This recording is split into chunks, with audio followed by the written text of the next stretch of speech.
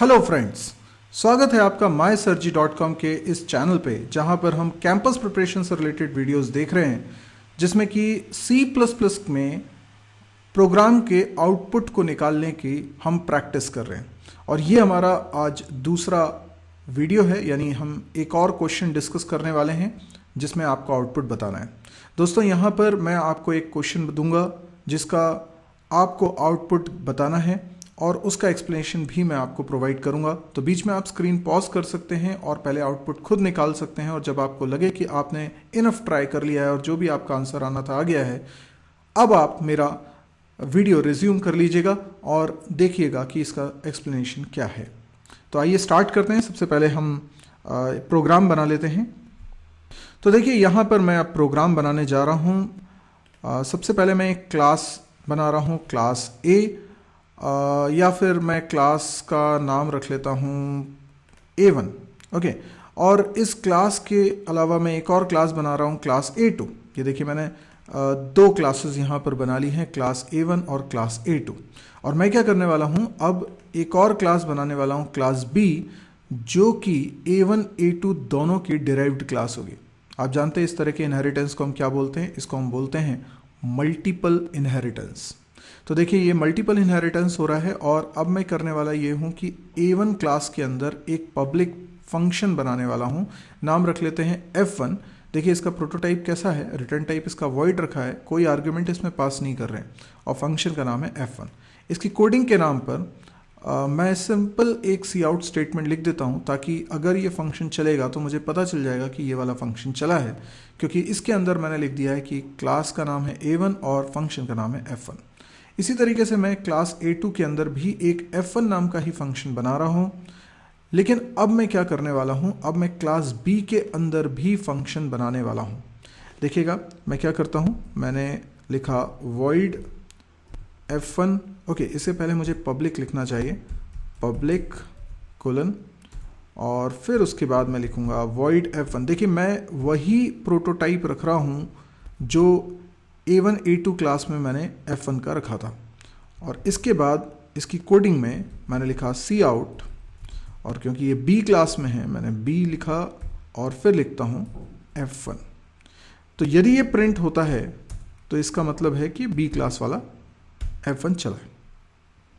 अब देखिए, main function लिखते हैं हम, इंट मेन, और मेन फंक्शन के अंदर सिंपली B क्लास का ऑब्जेक्ट बनाते हैं। तो कैसे ऑब्जेक्ट बनाएंगे? B obj dot F1।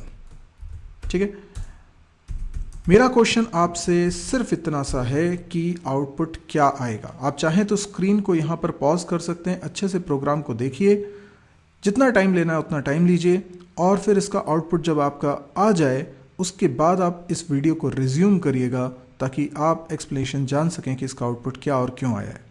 ठीक है, तो आप स्क्रीन को पॉज कर सकते हैं। अब आई होप आपने वीडियो को पॉज करा था और अच्छे से आपने आउटपुट देख लिया है, इसका क्या आना चाहिए। अब यहाँ पर देखिए, हम B क्लास का ऑब्जेक्ट बना रहे हैं, यानी चाइल्ड क्लास का। A1 A2 पेरेंट क्लास है, B उसकी चाइल्ड क्लास है, और B क्लास का मैंने ऑब्जेक्ट बनाया। इस लाइन को देखकर obj डॉट F1, कंपाइलर जब कंपाइल कर रहा होगा इस प्रोग्राम को, इस लाइन को देखेगा तो वो समझ जाएगा कि उसको बाइंडिंग करनी है, यानी फंक्शन के कॉल को फंक्शन की सही डेफिनेशन के साथ बाइंड करना, ये कंपाइलर की जवाबदारी होती है, और इसी को हम अर्ली बाइंडिंग कहते हैं। तो कंपाइलर क्या करता है कि फंक्शन के कॉल को जब देख रहा है तो वो कॉलर ऑब्जेक्ट को भी देख रहा है, जो कि obj है। वो देख रहा है कि obj B टाइप का है, यानी B क्लास का है, तो B क्लास में जाके F1 को ढूंढेगा। अब क्योंकि B क्लास के अंदर F1 नाम का फंक्शन मिल गया है, तो क्या होगा? तो ये होगा कि वो A1 A2 क्लास में जाएगा ही नहीं।